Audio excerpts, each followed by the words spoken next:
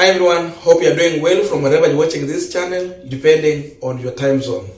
Now, Miguna Miguna is back in this country. And yesterday, Miguna did a tweet, and in that tweet, his aim was to criticize Fred Matiang'i.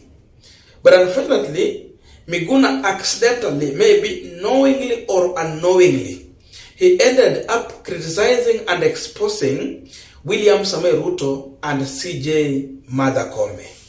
I want us to read that tweet, and then we will explain more on what Dr. Miguna Miguna has done here.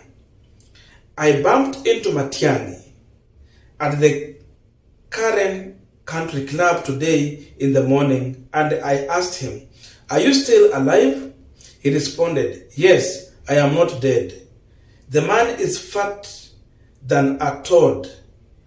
He would be serving a jail term of 550 years in countries governed by the rule of law.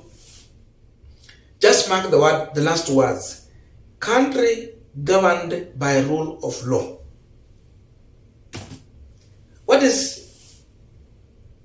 Miguna trying to insinuate in his post? Tell me in the comment section. What is he trying to insinuate? Forget about the other story of fat and the other things of meeting in the country club. The last word. Countries governed by rule of law. Before I explain, just a quick request for those who are watching and you are not subscribed, please consider subscribing. To our channel subscribers, thank you so much. And again to all our viewers, please give our video a thumbs up. Thank you so much. And back to this discussion. Now, who is the current president of the Republic of Kenya? William Samoei Ruto. Not Uhuru Kenyatta. And who is the deputy president? Gachagua. Not a man Miguna referred to as advisor of Uhuru Kenyatta, Raila Odinga. Who is the chief justice? Mother Koome. So if Kenya is a country not governed by rule of law, who are the people leading this country into that direction? Then it's simple. Mother Koome, William Ruto, and then Gachagua with the Kenya Panther government. Because this is the regime we are in now. It is the reign of William Samoei Ruto. So, if indeed Fred Matiang'i made a mistake, together with the other people who served in Uhuru Kenyatta's government, then why are they not being prosecuted if they made a mistake? If really there is serious matter here to prosecute them, why not? Is Miguna telling Kenya that, number one, William Ruto is failing to file cases against individuals like Fred Matiang'i? Is he telling Kenya that this Kenya Kwanza government has failed on their mandate to uphold people responsible on some of the mistakes they did in this country, especially when they said there was a lot of corruption and looting left, right, center? Who should do that? So Miguna is telling William Ruto and is telling Kenya that Ruto is failing. The problem here is not Matiang'i, because Matiang'i is not in power. He's just a normal mwananchi, he's a civilian. He's no longer a government official. He's not anywhere near power.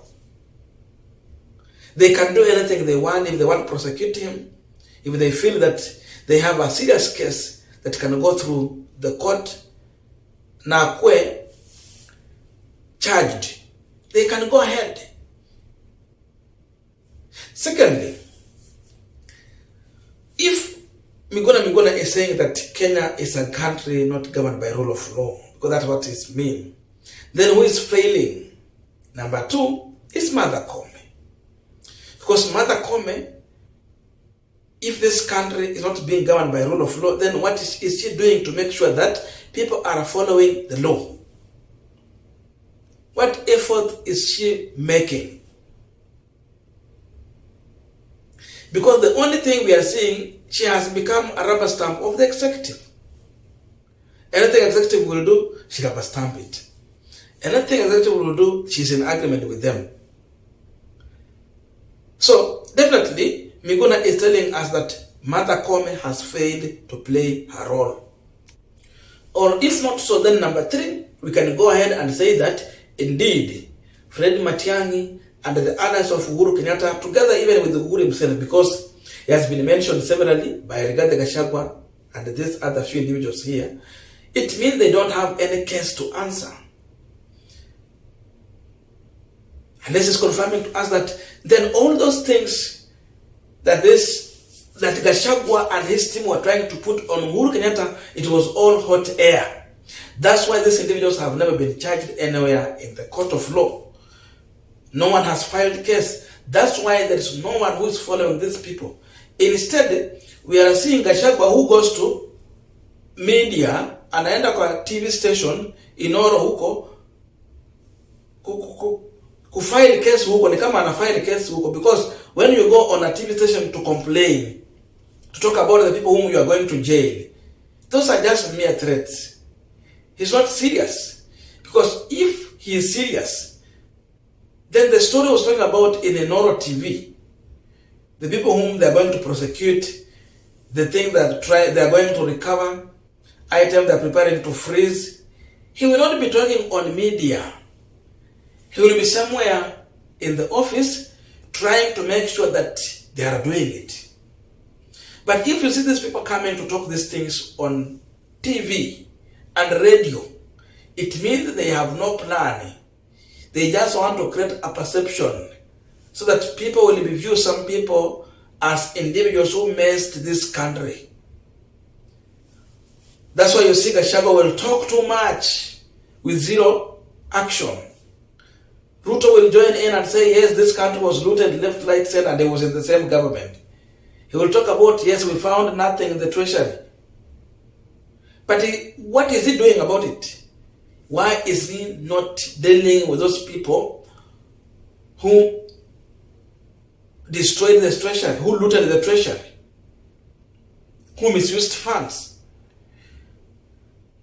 While they are doing nothing, they keep quiet. It means it's a perception that they're just trying to create.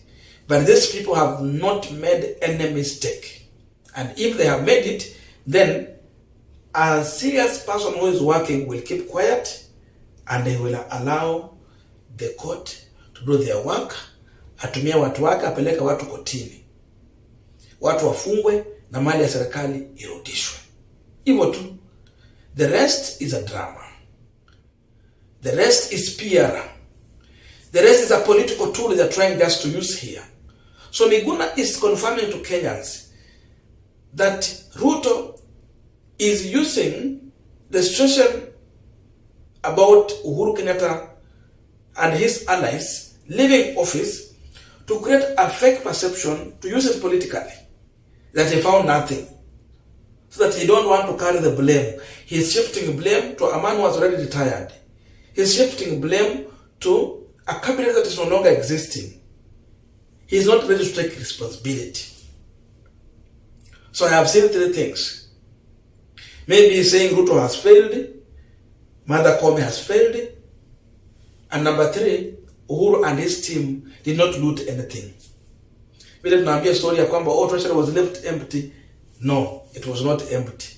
Because if it was empty, Matiang'i will not be working freely here and other people when Ruto has already stayed in office for now 4 months. Tunaenda mwezi wa 5. So Miguna is literally exposing Ruto.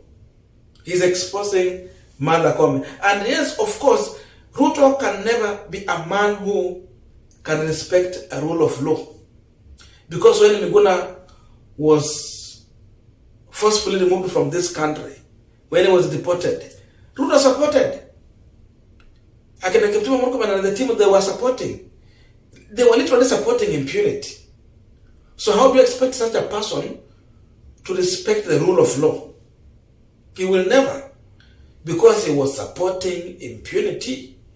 So there is no difference between Uhuru Kenyatta and William Ruto when it comes to the issue of rule of law. We know very well that Uhuru Kenyatta was one man who did not respect the rule of law. Many court orders Uhuru never respected. Ruto is not different from Uhuru Kenyatta. When it comes to that, they are just same.